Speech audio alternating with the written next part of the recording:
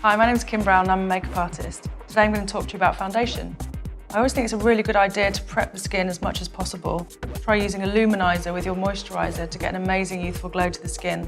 And try using a primer to get a really flawless base for your foundation. Start with a really clean makeup-free base. And then I always get my luminizer and moisturiser and just mix it on the back of the hand with the brush that you're going to apply it with. Just work it in circles into the skin, almost buffing it. And then just finish off with sort of broader strokes just to make sure everything's covered. Again, start with a primer on the back of your hand and use a foundation brush to apply this. House of Fraser do some amazing brushes.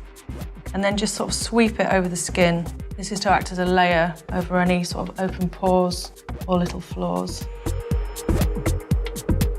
So use a foundation brush to apply the base. Start working into the jawline just to make sure you've got the actual shade right. And then just work it into the skin. Again, don't work too far up into the eye.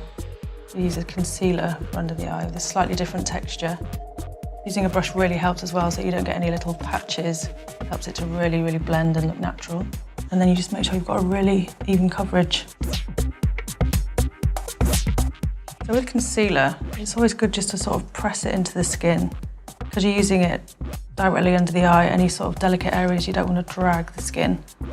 And don't use too much because it can really sit in the creases. It's more just to sort of highlight and just to perfect.